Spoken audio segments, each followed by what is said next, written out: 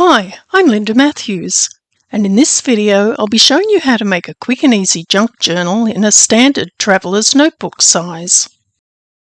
This size junk journal is really quick and easy to assemble because there's only one signature. It's an ideal beginner junk journal and is the perfect project for using up all those leftover papers you have in your paper stash, such as printable papers and scrapbook papers, as well as magazine pages, pages from books, and other types of junk paper. The traveller's notebook size is ideal for using up all those smaller sizes of papers, and if you already use a traveller's notebook, this little junk journal will fit right into the cover. I'm making the cover using a piece of manila folder cut at 9 inches wide by 8.5 inches high, which is round about the size of a traveller's notebook insert. And I'm going to glue a piece of printable paper onto the outside and inside. Instead of using a manila folder, you could use any type of cardboard or cardstock.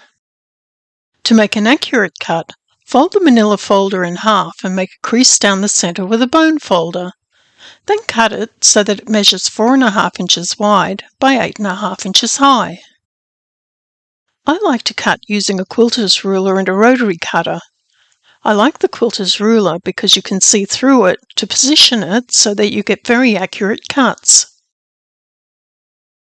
To make decorative papers for the outside and inside of the cover, I'm going to use some of the pages from the latest Junk Journal Club's Printables kit, together with my Traveller's Notebook size page border templates.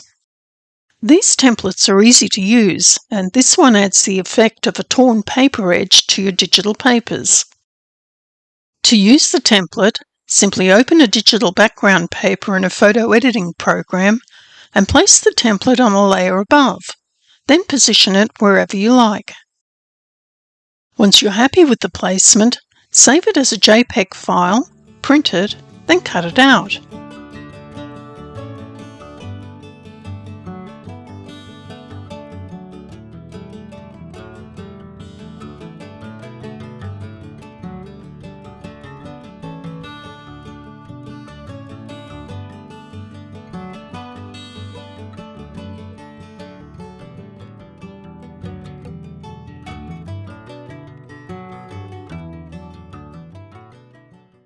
The cut size of the template is 8.5 inches wide by 8 inches high, so if you're cutting a piece of scrapbook paper or other type of decorative paper to use on the cover, you would need to cut to that size.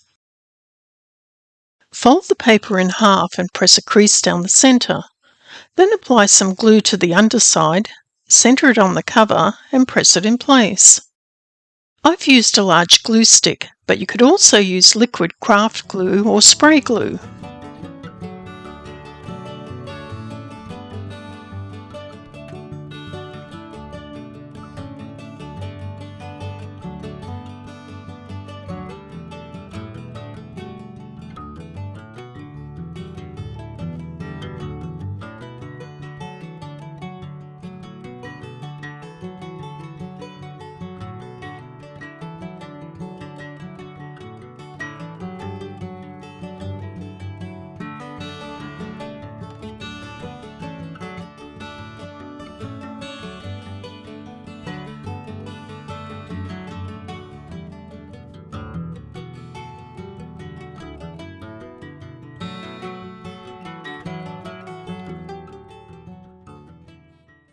While the glue is still wet, carefully fold the cover in half and press along the fold. Doing this helps to stretch the paper a little along the fold lines. If you waited until the glue dries, it's possible that the glued-on papers may split when you fold them over.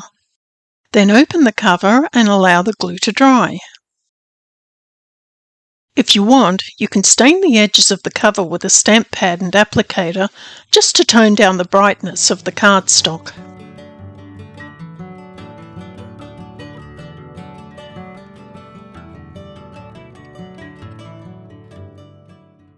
Now that the cover is finished, you can choose some papers to use as pages.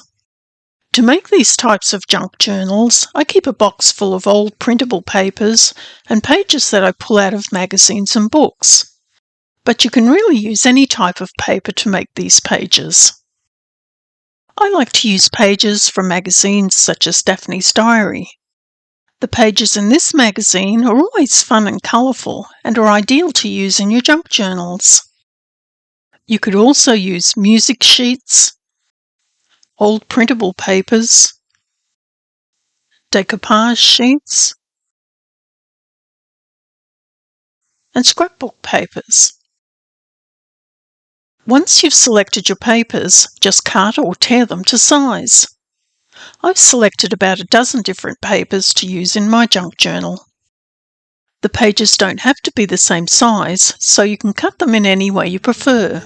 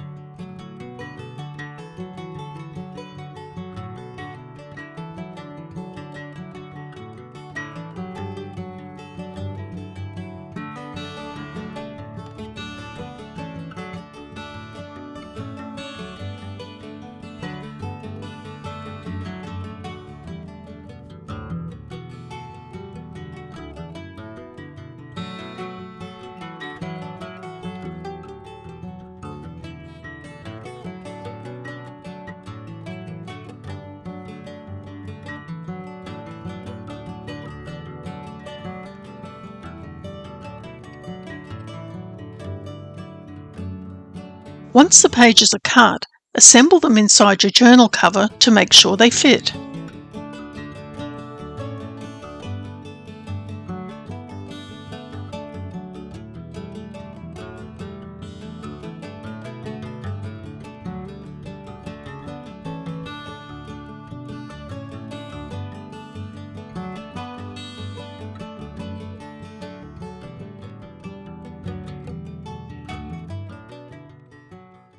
The pages will be sewn in using a simple pamphlet stitch, so assemble them in order and clip them together with binder clips.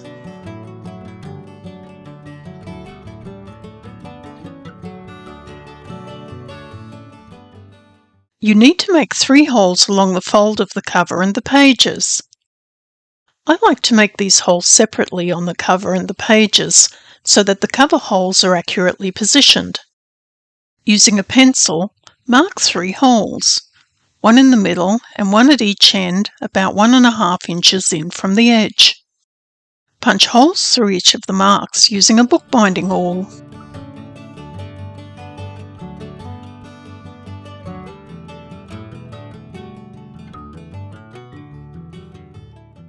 Align the folded edge of the cover along the centre of the pages and mark corresponding holes. Then punch holes through each of those marks.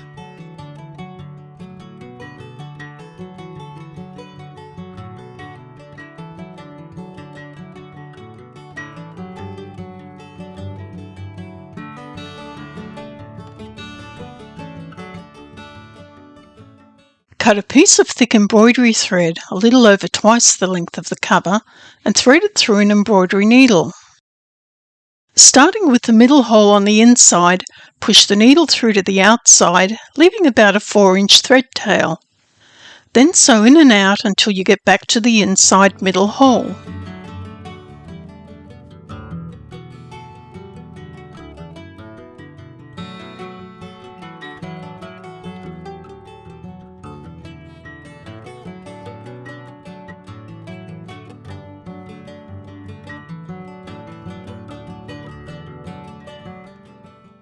Make sure the thread is taut, then tie off in a knot.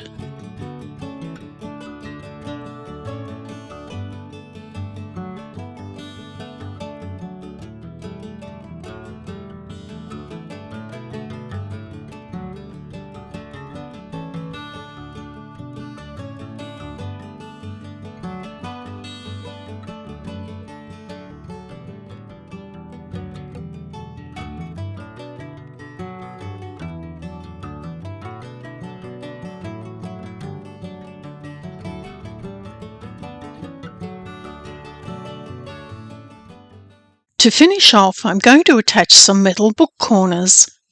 These are easy to attach by simply placing the metal pieces over the corners of the journal and then clamping down using some flat pliers.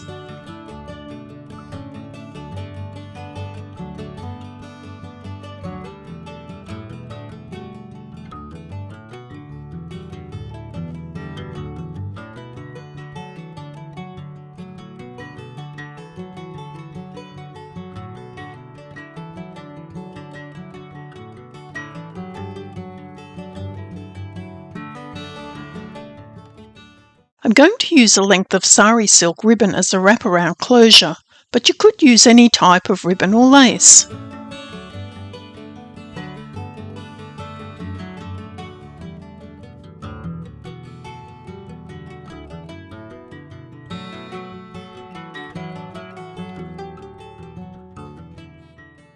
Now that the journal is made, you can come back at any time and embellish the pages with scraps of paper, ephemera, clip art and word snippets to create personal collages that have meaning for you.